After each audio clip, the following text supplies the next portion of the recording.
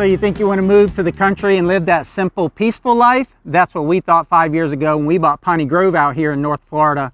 But it's not that easy, is it, Deb? It's not that easy. So far, we haven't got the peaceful life, but we've Nope. made a lot of accomplishments and we've got a lot done. There's still a lot to do and we've learned a whole lot. Yes, we have. And we're going to share that in today's video. We're going to walk you through the considerations we had for this piece of property and kind of share our lessons learned, things that we've learned, things maybe we would do different, and hopefully you'll get something out of it. So for instance, one thing you got to take into consideration is the lay of the land and the elevation. As you can see behind us, we're at the top of a hill, but we're not at Piney Grove. We're at our neighbor's land. Our neighbor's land is at the top of the hill, and Piney Grove is actually at the bottom of the hill. And that's very important when it comes to building out your property. Why is that, Deb? Water, water, water, water. Yes, water is the theme when it comes to elevation, and we're going to go over to Piney Grove and explain that a little bit more. So the reason elevation and lay of the land is important is up there on the hill where our neighbor is, all that water sheds down to this area, and this area is the center of Piney Grove. Once it hits this area, it then goes onto our property. And once it got onto our property, it would pool into this little depression and create kind of a false pond type of thing. If we had paid more attention to that when we were looking at this property, we would have probably factored that in, that we had to address that problem rather than learning it later and then having to put in the time and the expense to address it. Visiting a property during rain and bad weather conditions is an optimum time to look at it as well. We had no idea of the drainage of this property and how it was going to drain and challenges we would face because we looked at it in a really nice, bright, sunny day. However, the first rainfall that we had that was substantial, when water came barreling down the road, we knew that we would have some issues. So keep that in mind. Elevation is key. We'll get a little deeper in the layout of the land and orientation of the property, but while we're out here at the front of the property, let's talk about fencing, Deb. Let's talk about fencing and how we thought that we would just hire somebody to fence the property. It had a very poor fence, but it was fenced in. We'll just hire somebody and they'll build the fence that we want them to build. Nope, nope. No, so when we got this property, this was very overgrown and we actually had a forestry mulcher come in and kind of clear this out so we could see the front of our property better. And it had an old T-post fence in it. And Deb and I pulled out this T-post with the tractor and then we pulled out all the old wire. And then they came in here with the bulldozer and cleaned this up so we'd have a nice clean pallet or a nice clean area to put our new fence. So we got with some fencing companies and checked with them about putting up a fence for us and told them how we wanted our fence to be put in, and they didn't really get back with us. We told them we wanted our posts on 8-foot centers in preparation for maybe a 3 or 4 rail fence. Bottom line is nobody wanted to install the fence that we wanted to install, so we had to do it ourselves. So factor that in as well. In this time, in this climate, sometimes you can't find the workers and the businesses can't find the workers to accomplish the tasks that you might need to do. So you learn to be real handy and figure it out yourself. And Deb loves to put in fences. Let me definitely put that that out there right now. I love me some fencing. Still here on the front of our property, once we got that fence installed and we had some security, we still needed a driveway. So you can see we have a driveway behind us, but the property didn't come with a driveway. Keep that in mind. It's not only the material to build the driveway, but it is the location of the driveway, how you want your property to be laid out. In our case, they had already paid to put the culvert in here, so we just went with the way that they had done it. But if we had had to get with the county and put in the culvert, that would have been another $2,000. And in addition, we would have had to figure out the entrance to our property. That was already figured out for us, so we just had to put in the road. So keep that in mind. There's a lot of value in a road that already exists on your property. Here's another one for you. Cleared versus uncleared land. What you think, Brad? When we got this property, there was no clearing in the property. Everything you see behind us was done by us. In retrospect, maybe we would have looked a little harder for land that was cleared because there is a lot of expense in clearing land. Now, we're not going to quote you any prices as we go through this today because it's really irrelevant. It's going to be very regional. It's going to depend on permits, can you do things, and also the cost of your local contractors, and also the price of diesel. Diesel's $5 a gallon now. It was $2 a gallon when we cleared this land. But we thought that we would buy 20 acres of land, decide where we were going to clear in it, and that would be easy breezy, but it's not. There's a lot of things to consider. Are the trees big enough to be harvested, or do you just knock them over and burn them? Do they need to be carted off? There's just a lot of considerations and a lot of expenses that are involved when it comes to clearing land that you don't have with land that's already cleared and maybe in established pasture. There is a certain mental or thought aspect of clearing, meaning you've got 20 acres of forested land. How much do you want to clear, and how do you pick out where you're going to stop and start? We literally told the bulldozer to go until we could watch the trees move as he was going along clearing, and we were on the phone with him. We're like, yeah, stop right there, that should be enough. Well, imagine a bulldozer going through a thick forest and you tell him to stop. You really can't envision how big 1, 2, 3, 4, 5 acres are. We ended up with about 6 acres cleared in the front. I think it's the right amount, but it truly was guesswork. Total guesswork. We started out thinking we'll just clear 5 acres in the front, and did like Brad said to establish the perimeter.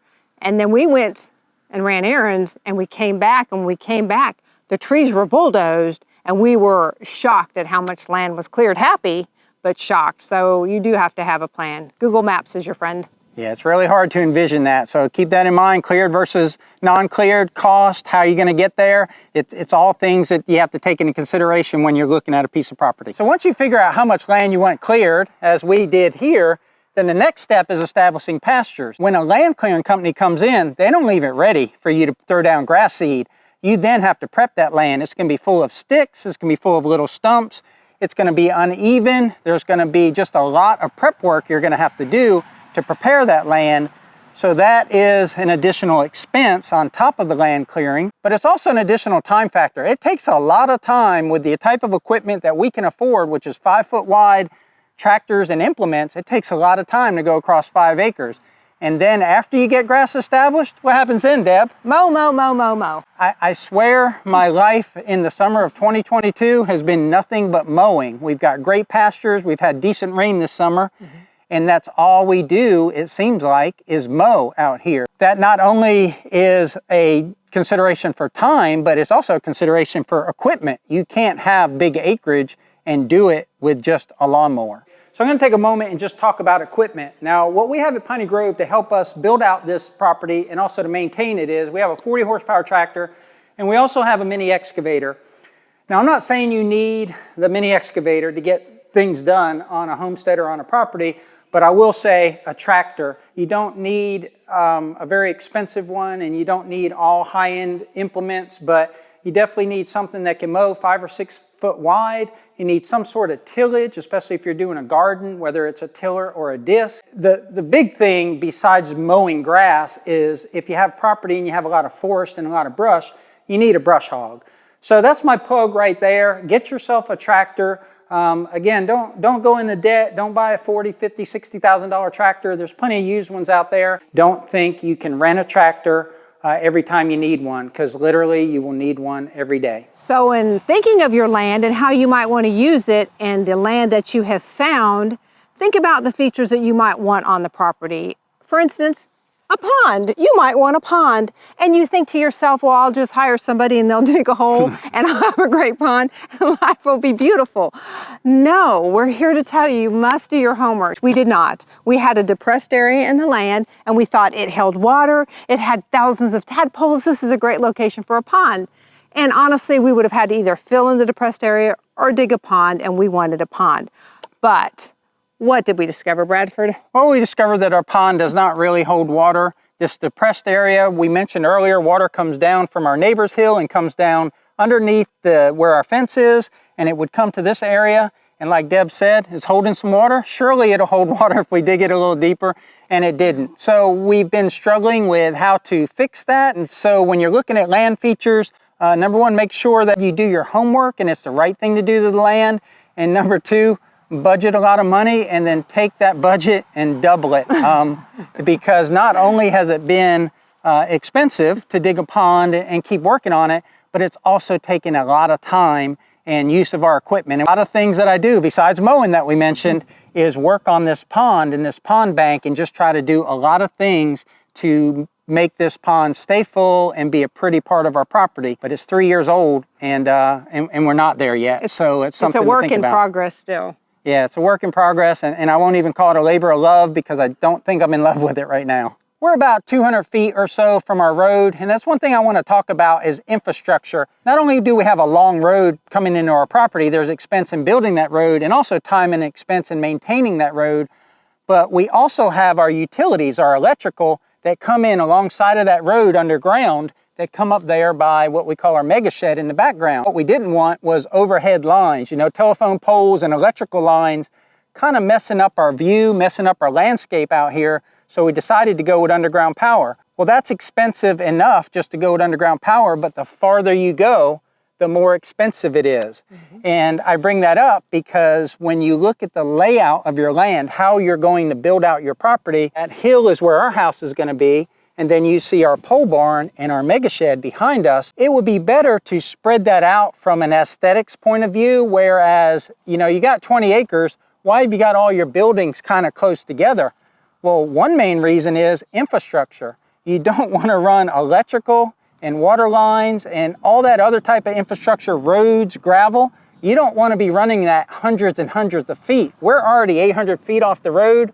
We don't want, another 1,000 feet of road as we go to different parts of our property for our infrastructure. By putting everything together, we were able to minimize our cost on running the electrical and running the water, which he's handy, so he minimized our cost by doing all the drenching. So another thing to consider when you're planning out your property, where are you going to put your house? Now you might just think, I'm just going to put my house here, it'll be pretty, and maybe it will, but things to consider are natural light, wind, and how you can use those to your advantage. She's exactly right. So if we had bought property on the other side of the street, it's an east-west street, that would have put our property on the north side of the road. Our property is on the south side of the road. So we can come back here midway of our property, face our house towards the road, and the sun will always be at the back of our house. That's where we want our kitchen. That's where we want our breakfast nook area. That's where we want what we call our den, or basically the room where we're going to spend most of our time on the couch with our laptops or whatever. We want all that facing forward. In this pasture, in this pond, in this view, all those trees, all of that was planned out.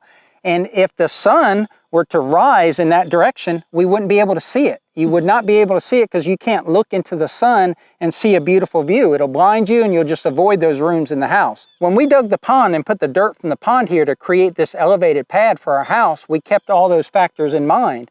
And it wasn't just the sun factor, it was also the prevailing winds. The prevailing winds in Florida are going to be from the south.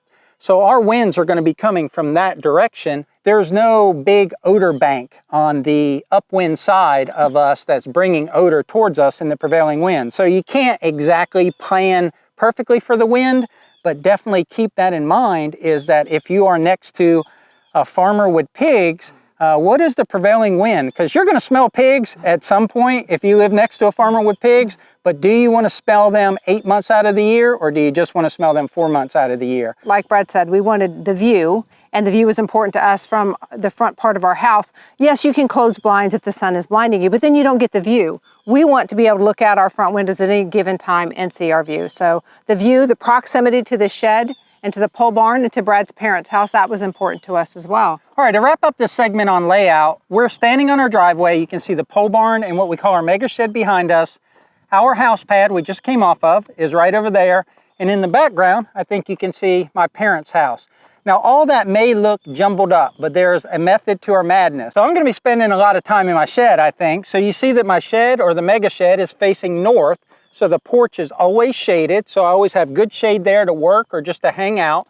And then the pole barn, where I think Deb is going to be spending a lot of her time. What's going to be in the pole barn, Deb? Well, let me talk about the pole barn for a minute. Do we have enough time in this video to talk about the pole barn? Probably not, but I'll hit on some highlights. Like a couple mini horses, a couple mini cows, some dwarf goats, a couple alpaca, and some giant chickens to start with. Oh my goodness, I didn't know about some of these things, so we're going to discuss that off camera. But when we come up here for our infrastructure, again, it's our driveway. All of this in front of the shed and in front of the pole barn, that has to be graveled. We have to have turnaround areas for our equipment, for our vehicles, in order to bring feed in. You don't want to be driving in the mud all the time. Imagine if these things were spread out across the property. Each one would have to have its own, dedicated driveway, its own parking area, its own turnaround area for equipment. So we tried to keep that in mind. And also, we want to be able to see the animals from the house. So if the house is to the right of the camera and the animals are over here, we can keep an eye on them and they're not all the way across the property. We have coyotes on the property, we have bobcats, we have raccoons, we have possums, armadillos, we have hawks, we have eagles. There's probably a bunch of things I can't think of. Occasional bear. Yep, and then we have seen one bear on the property, and we got to protect these animals. You can't always have your eye on them, but it's easier to have your eye on them when the two areas you're going to be spending the most of your time, your house and the shed in our case, we can see the animals in the pole barn. So you got to give layout a lot of consideration because every one of these buildings, every one of these roads, the electrical, the water is expensive to put in, and once it's in, it's in. So we've talked about the layout of the land, we've talked about lighting and wind and proximity and all that good stuff, and all the planning that you have to put into effect and think about before you actually do build out your property. How do you get around that? Well, you find a property that's already done, already established with a house and a barn and things that you want. If you do find that, and if you find that perfect setup with a perfect house and the barn, buy it as soon as you see it. yes, buy it, and then you're lucky and you're truly blessed. But if you don't and you find a house that, well, it's okay, and then you're remodeling and you're moving and you're changing and that's not a bad thing. But when you start from scratch and you build a property from scratch, you truly get exactly what you want. So buy a property that you might have to change and do some revisions and remodeling, or buy your piece of land and do it from scratch. It's all in how much time you want to invest, how much money you want to invest, and how much frustration you want to avoid. We found what I keep referring to as our dream property. We didn't buy it. It actually just recently came up for sale, but we're so heavily invested in Piney Grove, there's no turning back at this point. That property was very nice, a little bit less acreage, but there were some things, as nice as it was, there were some things that we didn't like about it, but we probably could have lived with it. When you do buy your own clean palette, your own slate, your own, piece of property that you're going to make exactly how you want it, you got to put a lot of time into it, because when you choose and make it that way, like we've already mentioned, it's pretty permanent. The cost, I think, of buying something that's pretty close to what you want is probably going to be a lot less than doing what we did and buying 20 acres that's had absolutely nothing done to it. No well, no septic, no road, no grooming of the landscape. We talked about the pond, like making water flow the way you want it to flow, having access to the property. This property was wild and you couldn't even walk around it.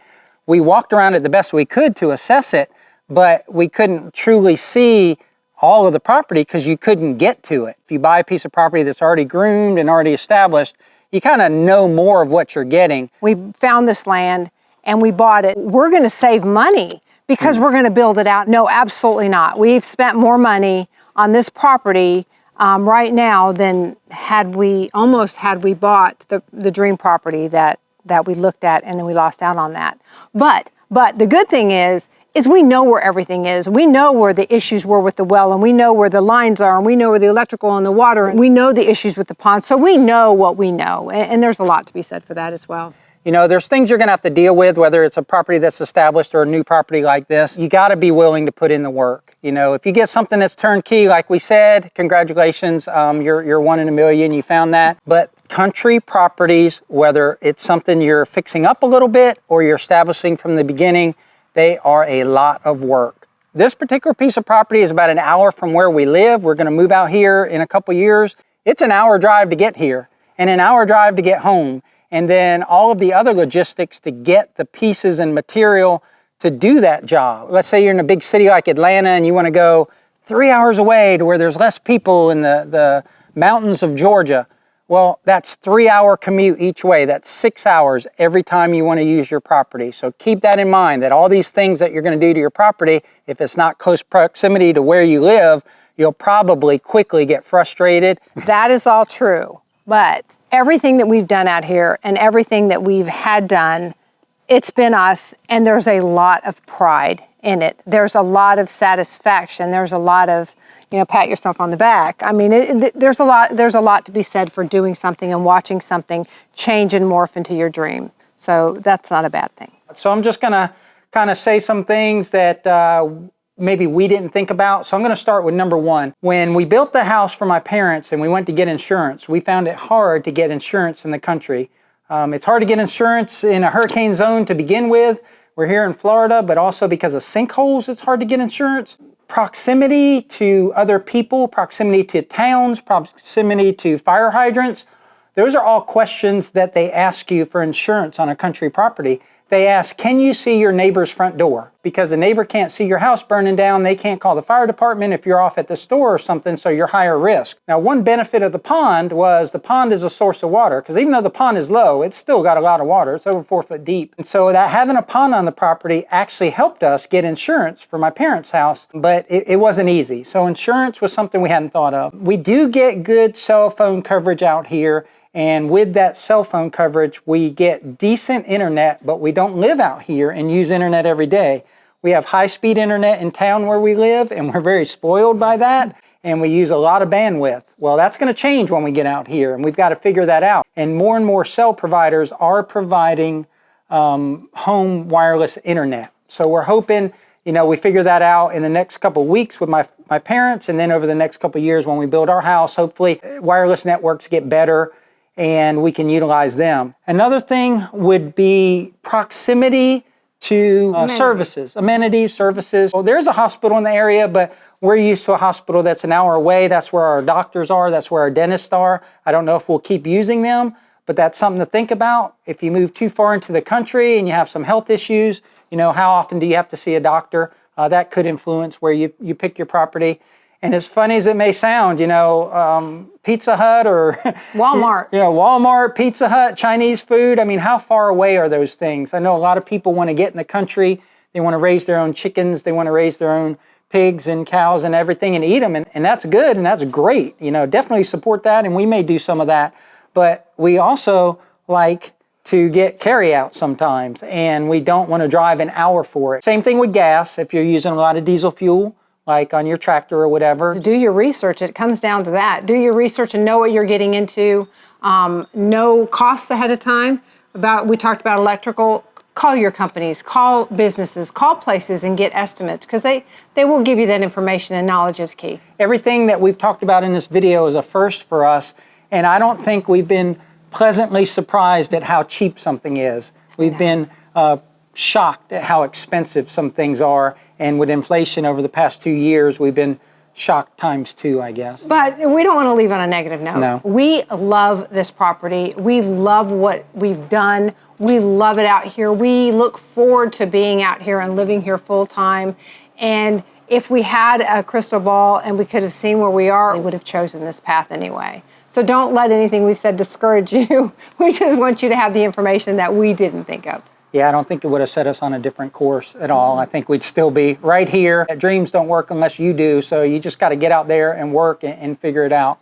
We've had 1 year here on YouTube. We've been sharing a lot of the build out here on the property, and we've got lots more to come. So that's all I got, Deb. You got anything to close out here? Nope, I don't have anything, but we'd like to hear what you think. Are there things that you've come across? Do you have anything to add for people to look out for? What did you look out for? What did you find? We'd love to hear from you. Comment below. Yes, please share your thoughts. But that's going to wrap up today's video. We do appreciate you watching. We'll catch you on the next one. Take care out there, y'all. Take care.